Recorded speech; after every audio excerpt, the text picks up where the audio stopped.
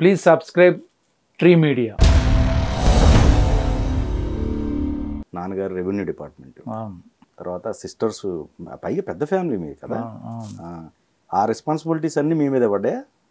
నేను చిన్నవాడినండి, అందరూ అందరూ మీరు నన్ను చూసుకున్నారు. రెస్పాన్సిబిలిటీ ఏంటి? మా ఫస్ట్ సిస్టర్ పెళ్ళి అయింది కూడా సరిగ్గా తెలియదు నాకు, నా ఊహ మాట. Okay okay. సో నలుగురు సిస్టర్స్లో ఫస్ట్ ఆవిడ మ్యారేజ్ తెలియదు. తర్వాత మా ముగ్గురు సిస్టర్స్, బ్రదర్, తర్వాత సిస్టర్, నేను. సో రెస్పాన్సిబిలిటీ అంటేనే తెలియదు నాకు. ఫస్ట్ మధు ఇన్స్టిట్యూట్లో వచ్చింది, మధు ఫిల్మ్ ఇన్స్టిట్యూట్లో. ఇక్కడ ఎక్కువ రోజులు ఉండలా ఇక్కడ కూడా? అంటే అప్పుడు మెడ్రాస్లో ఉండేది ఇండస్ట్రీ, ఇక్కడ అసలు మధు ఇన్స్టిట్యూట్ మేము మా సెకండ్ బ్యాచ్ మాది. ఓకే. అప్పుడేం లేదు, అప్పుడు only Suresh production, Annapurna studio వాళ్ళు ఇక్కడ మేబీ లోకల్ వాళ్ళని తీసుకునేవారు కొంతమందిని. బేసిక్గా అంతా చెన్నై నుంచి అందరూ ఆపరేట్ చేసేవారు.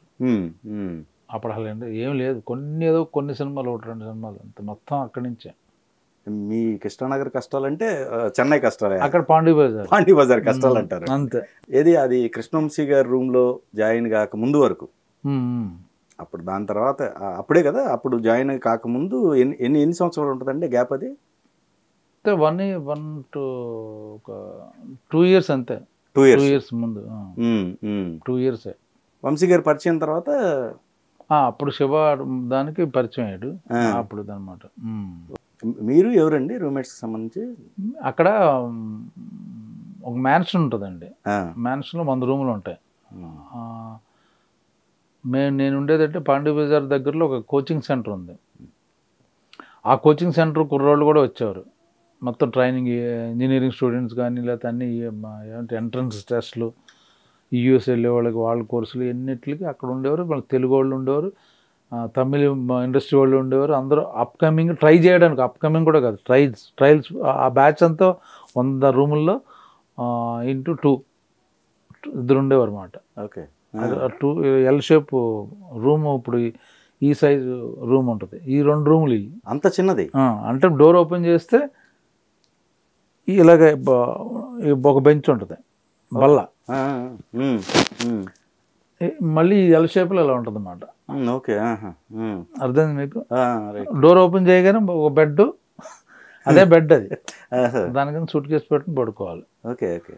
సో అలాగా కామన్ బాత్రూమ్స్ ఉంటాయి, ఫ్లోర్కి 10-15 బాత్రూమ్లు, అలాగే 5 ఫ్లోర్లు మ్యాన్షన్ అది. ఓకే. నేను వెళ్ళకముందు శివాజీరాజు వాళ్ళు, ఇప్పుడు వాళ్ళ బామ్మర్ కిషోరు, ఇంకా చిట్టిబాబు, చాలామంది ఉండేవారు అక్కడ, నేను వెళ్ళక ముందు కూడా. సో వాళ్ళ ద్వారా నేను అక్కడ చేరా.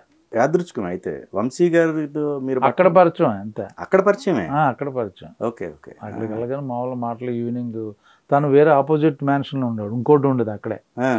సో అక్కడ తను ప్లస్ తాడేపల్లిగూడలో మా ఫాదర్ వాళ్ళు అక్కడ ఉన్నారు, రిటైర్ అయిపోయి అక్కడ సెటిల్ అయ్యారు కాబట్టి ఆ మాటలు తాడేపల్లిగూడ అచ్చా తాడేపల్లిగూడ అనుకుని ఇంకా రెగ్యులర్గా ఈవినింగ్ కలిసేవాడు అన్నమాట అందరం.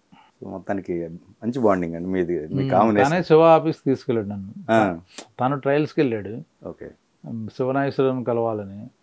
నేనన్నాను వెళ్తావా, అక్కడ కొత్త వాళ్ళని చూస్తున్నానంటే, ఊరికో నాగార్జున గారి సినిమా కొత్త వాళ్ళని ఎవరు తీసుకుంటారు ఊరు. నేనన్నా లేదు, సరే ఓ పని నన్ను డ్రాప్ చేయడం రా అని చెప్పాను అన్నమాట. అంటే రా అన్నాడు. సరే వెళ్తే అక్కడ రాము గారు అక్కడ ఉండడం, శివనాగేశ్వరం ఉండడం, ఒకసారి ఫోటోలు ఇమ్మండడం, తర్వాత నెక్స్ట్ డే ఆడిషన్ రమ్మండం, అలా ఏదో జరిగింది అన్నమాట.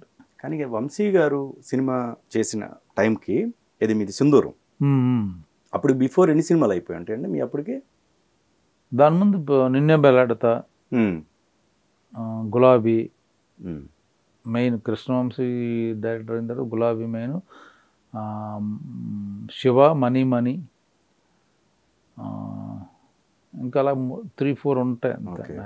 మెయిన్ లీడ్ అయితే ఇదే సింధూరంకే అప్పుడే. బేసిక్గా యాక్టర్ అని గుర్తింపు వచ్చింది.